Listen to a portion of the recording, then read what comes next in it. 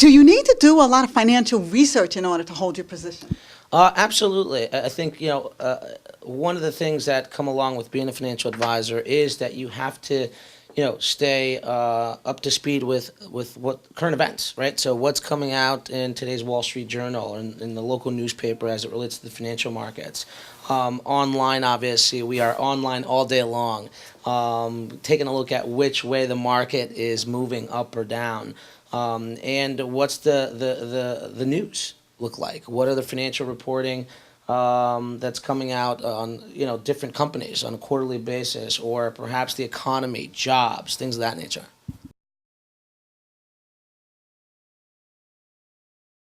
Absolutely, it's an ongoing process. Tax law changes, legislation and Congress changes, which affect our clients and their retirement portfolios, their insurance contracts. So we have to continue to make sure that we are abreast of those changes in legislation. Which academic subjects in school did you enjoy the most? It's a funny situation. I actually studied the law. So my background is an undergraduate degree in criminal justice with a whole concentration in legal studies. So I had plans to be an attorney. However, when I graduated 10 years ago, I got right into the field of finance. So I had to, kind of adjust, if you will, on my education. So I continued to study and again pay attention to what's going on in the financial markets and in the financial world, if you will. But the courses that I enjoyed the most were, I would have to say, my criminal law courses. Since the financial meltdown that started in 2008, have things changed much for you? I think they've changed for a lot of people. They certainly have changed for a lot of my clients. Personally, I would say that sure, it's definitely affected, my assets under management for sure. Affected more of my small business owner clients, in particular those folks that are in construction, real estate, things of that nature, and also in finance. I mean, there's no doubt about that. I think many people have been affected in many different ways. Income, the opportunity to be able to obviously not have a ceiling.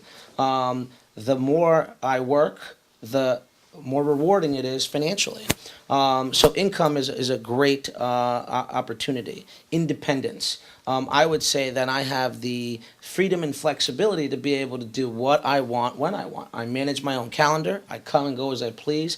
I don't have anybody to report to, which is great. So the independence. And then the most important is the impact. Right? I have the ability to impact my clients in so many different ways.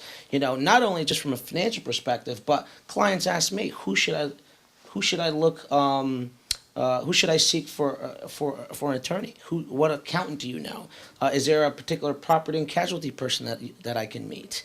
Is there a small business owner a contractor that I should be meeting, or that I'd like to interview for a particular job I'm doing? So the great piece about impact is the fact that I'm able to connect different clients and different relationships that I have, so that way they can have a mutually beneficial relationship as well.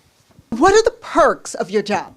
Well, I'll tell you, the perks of being an independent financial advisor is the fact that you're your own boss, but also the rewards that come with being your own boss and hard work. I actually had a meeting today with my managing director and managing partner, and expressed to them that the rewards that I have gotten from being associated with my firm is the availability or the opportunity to be able to do a lot of the things that I would not be able to do if I were working in a regular 9-to-5 job. And that is take as much time off as I need to and I want to, so I can certainly vacation where I want to. But more importantly for me, is the charity work that I do. I work with children's research hospitals, so I'm able to dedicate some time there. Also, I sit on a nonprofit anti-poverty agency board, and I also, as you know, am involved in politics. So it gives me an opportunity to be able to have impact in other ways with the freedom and flexibility that I have here.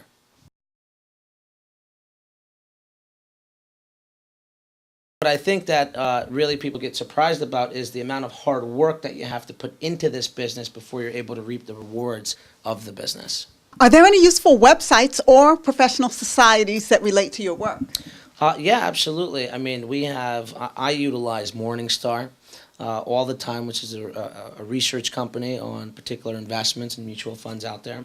There are certainly financial planning organizations that are extremely helpful. I get to meet other financial advisors not only in this town, in the county, but around the state, and in some cases around the country, that I can share ideas with.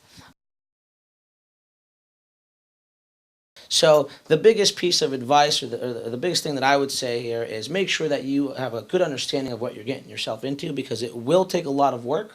And the notion out there that if you get involved in finance, you can make a lot of money. It's true, but please don't make an assumption thinking you can come into the business without putting the time and the effort in and make a lot of money, because that's just not true.